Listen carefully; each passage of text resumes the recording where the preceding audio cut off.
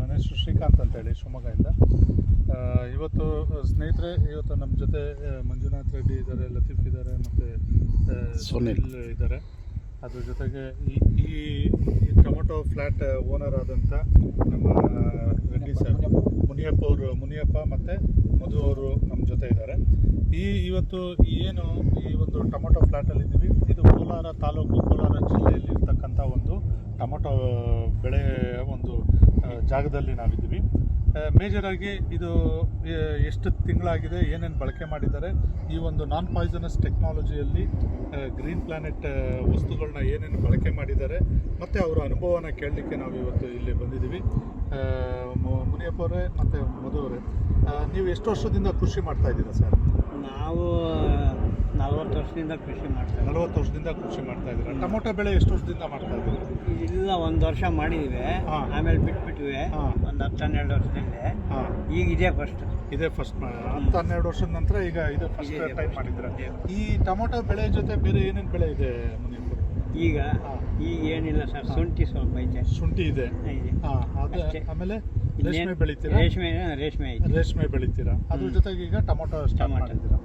ಈಗ ನಮ್ಮ ಲತೀಫ್ ಅವರು ಮತ್ತು ಮಂಜುನಾಥ್ ರೆಡ್ಡಿ ಅವರ ಒಂದು ಗೈಡ್ಲೈನ್ಸ್ ಈಗ ನೀವು ಗ್ರೀನ್ ಪ್ಲಾನೆಟ್ ಬಳಕೆನ ಸ್ಟಾರ್ಟ್ ಮಾಡಿದ್ದೀರಾ. ಮಧು ಅವರೇ, ಈಗ ಏನೇನು ಈ ಭೂಮಿಗೆ ಏನೇನು ಬಳಕೆ ಮಾಡಿದ್ದೀರಾ ಸರ್? ಫಸ್ಟ್ ಸ್ಟಾರ್ಟಿಂಗ್ ಗಾಣೆ ಸರ್, ಗ್ರೀನ್ ಪ್ಲಾನೆಟ್ ಫಸ್ಟ್ ಸ್ಟಾರ್ಟಿಂಗಲ್ಲಿ ಏನೇನು ಕೊಟ್ಟಿದ್ದೀರಾ? ನಿಮ್ಮ ಪವರ್ ಸ್ಟಾರ್ಟಿಂಗಲ್ಲಿ ನಾರ್ಗುಣವತ್ನ ಗಾತ್ ಹಾಕೊಂಡು ನೋಡಿದ್ರೆ. ಓಕೆ. ಮತ್ತೆ ST root guard premium. Okay. ಆಮೇಲೆ ಸೆಕೆಂಡ್ ಟ್ರಿಪ್ ಆಯಿತು. 3ನೇ ಸಲ ಅದೇ ನೈಟ್ರಿಕಿಂಗು, ಬ್ಲೂಮು, ST ಪ್ರೀಮಿಯಮ್, ಗ್ರೋ ಇಷ್ಟು ಕೊಟ್ಟಿದ್ರೆ. ಇಷ್ಟನ್ನು ಬಳಕೆ ಮಾಡಿದ್ರೆ 8 ದಿವಸಕ್ಕೆ ಮತ್ತೆ ಕೊಡ್ತಾನೆ ಇದ್ರೆ ಅದು ಬೆಳಿತಾನೆ ಇದೆ ಗಿಡ. ಈಗ ಎಷ್ಟು ದಿನ ಆಯಿತು ಸರ್ ಈಗ ಈ ಟೊಮೊಟೊಗೆ? 1 ತಿಂಗಳ ಮೇಲೆ ಕರೆಕ್ಟಾಗಿ 18 ದಿವಸ ಇವತ್ತು. ಅಲ್ಲಿಗೆ 48 ದಿನ ಆಗಿದೆ. ಹೌದು. ಆಯಿತಾ? ಭಾಳ ಅದ್ಭುತವಾಗಿ ಈ ಡೆವಲಪ್ಮೆಂಟ್ಸು, ಗ್ರೋತು ಮತ್ತು ಫ್ಲವರ್ ಸೆಟ್ಟಿಂಗ್ ಇರ್ಬೋದು, ಸೈಜ್ ಇರ್ಬೋದು ಅಥವಾ ಫಿನಿಶಿಂಗ್ ಆಗಿರ್ಬೋದು. ಈಗ ನಿಮ್ಮ ಊರಲ್ಲಿ ತುಂಬ ಜನ ಸುತ್ತಮುತ್ತ ಟೊಮೊಟೊ ಬೆಳೆಗಳನ್ನ ಬೆಳೀತಾ ಇದ್ದಾರೆ. ನಿಮ್ಮ ಪ್ರಕಾರ, ನಿಮ್ಮ ಒಂದು ಅನುಭವದಲ್ಲಿ ಅಥವಾ ನಿಮ್ಮ ಸ್ನೇಹಿತರು ಯಾವ ಟೊಮೊಟೊಗಳನ್ನ ಬೆಳೀತಾ ಇದ್ದಾರೆ, ನಿಮ್ಮ ಪ್ರಕಾರ ನೀವು ಏನೇನು ಬದಲಾವಣೆಗಳನ್ನ ನಿಮ್ಮ ಪ್ರಕಾರ ಕಂಡಿದ್ದೀರಿ ಮಧು? ಏನಿಲ್ಲ, ಇದು ಇದ್ಕೊಂಡು ಆರ್ಗ್ಯಾನಿಕ್ ಇದ್ಕೊಂಡು ತುಂಬ ಚೆನ್ನಾಗಿ ಕೆಲಸ ಮಾಡ್ತೀನಿ ಅಂತ ಎಲ್ಲರೂ ಹೇಳ್ತಾವ್ರೆ. ಅದು ನಾನು ಫಸಲು ಮೇಲೆ ಡಿಪೆಂಡ್ ಮಾಡಿ ಹೇಳ್ತೀನಿ.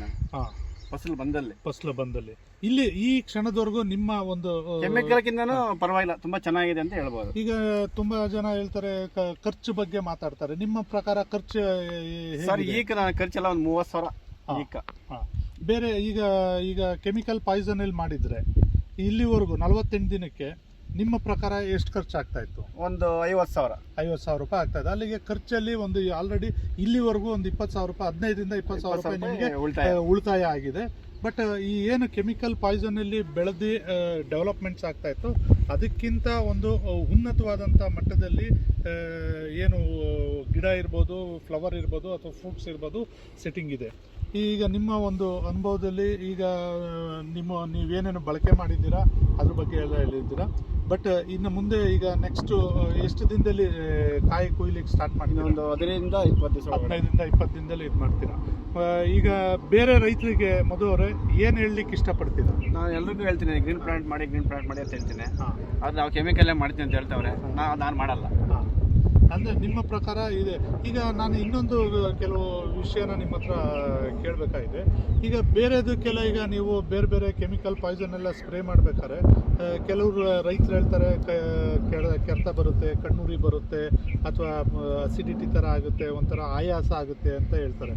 ನೀವು ಗ್ರೀನ್ ಪ್ಲಾನೆಟ್ ವಸ್ತುಗಳನ್ನ ಸ್ಪ್ರೇ ಮಾಡ್ಬೇಕಾದ್ರೆ ನಿಮ್ಗೆ ಏನಾರ ಆ ಥರ ಅನುಭವಗಳೇನಾರ? Sir, gum ಅಂತದೆ. ಊಟ ಸರ್ ನಾನು ಸೋಪ್ ಹಾಕಿ ತೊಳೆಸಲು ಅಂತ ಹೇಳಿದ ನಮ್ಮ ಬಾಬಣ್ಣವರು. ನಾನಿಲ್ಲ, ಹಂಗೆ ಸೋಪ್ ಹಾಕಿ ತೊಳಿತೀನಿ, ಏನು ಪ್ರಾಬ್ಲಮ್ ಇಲ್ಲ. ಗಮ್ ಅಂತ ಪಕ್ಕದಲ್ಲಿ ಕಮಳಿ ತೋಟ ಇದೆ.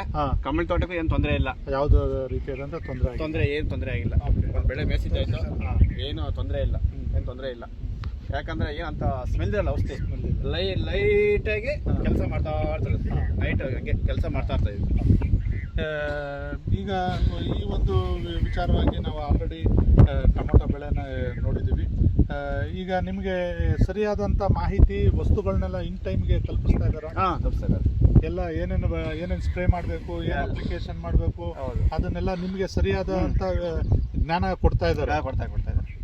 ಸ್ನೇಹಿತರೆ, ಇವತ್ತು ಈ ಒಂದು ನಮ್ಮ ಏನು ಟೊಮೊಟೊ ಫ್ಲ್ಯಾಟಲ್ಲಿ ಕೋಲಾರ ಜಿಲ್ಲೆಯಲ್ಲಿ ನಾವಿದ್ದೀವಿ. ಅದ್ಭುತವಾದಂಥ ಒಂದು ಬೆಳೆನ ನಾವು ನೋಡ್ತಾ ಇದ್ದೀವಿ. ರೈತರು ಕೂಡ ಈ ಫಸ್ಟ್ ಟೈಮ್ ಅವರು ಬೆಳೆಸಿದ್ದಾರೆ. ಮೊದಲನೇ ಒಂದು ಪ್ರಯತ್ನದಲ್ಲಿ ಭಾಳ ಅದ್ಭುತವಾಗಿ ಅವರು ಈ ರಿಸಲ್ಟನ್ನು ಅವರು ಕಂಡಿದ್ದಾರೆ. ಇನ್ನು 15 ದಿನದಲ್ಲಿ ಅವ್ರದ್ದು ಕ್ರಾಪ್ ಕಟಿಂಗ್ ಕೂಡ ಆಗ್ತಾ ಇದೆ. ಒಳ್ಳೆ ಬೆಳೆ ಬೆಳೀಲಿ ಅಂತ ಆಶಿಸ್ತಾ, ಇನ್ನು ಮುಂದೆ ತುಂಬ ಜನ ಏನು ಈ ನಮ್ಮ ಮೂಲ ಉದ್ದೇಶ ಇದೆ, ಈ ಒಂದು ಭಾರತ ದೇಶನ ಒಂದು ವಿಷಮುಕ್ತವಾದಂಥ ದೇಶ ಕಟ್ಟಬೇಕು ಅಂತ ಒಂದು ಏನು ಹೋರಾಟ ಇದೆ, ಅದಕ್ಕೆ ನಿರಂತರವಾಗಿ ನಿಮ್ಮ ಸಹಕಾರ ಇರಲಿ. ಅದೇ ರೀತಿ